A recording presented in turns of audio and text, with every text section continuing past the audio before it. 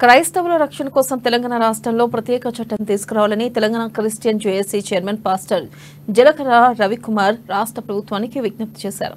తెలంగాణ ఉద్యమంలో పాల్గొన్న తెలంగాణ క్రిస్టియన్లందరికీ ఇంటి స్థలంతో పాటు ఇంటి నిర్మాణం కోసం రుణాలు ఇవ్వాలని కోరారు.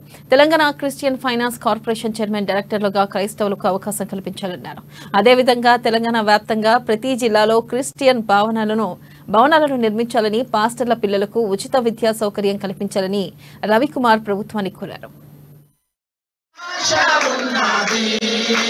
రిజర్వేషన్ విషయంలో కూడా డిమాండ్ చేశాము. మాకు 1% రిజర్వేషన్ ఉందన్నప్పుడు కేసీఆర్ గారు గడిచిన ప్రభుత్వంలో 3% రిజర్వేషన్ డిక్లేర్ చేశారు, ప్రకటన చేశాడు. కానీ అది జీవో తీయలేదు, అమలు చేయలేకపోయాడు. అంటే పాస్టర్లకు కూడా వేతనం ఇస్తామని సిరిసిల్లలో కేటీఆర్ కూడా ప్రకటన చేశాడు. ఆ ప్రకటన పేపర్లకే పరిమితమై.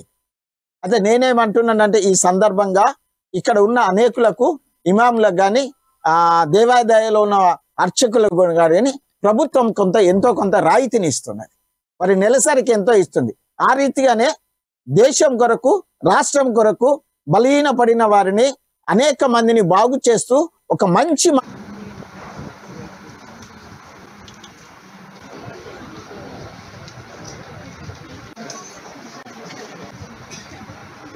మీ సేవ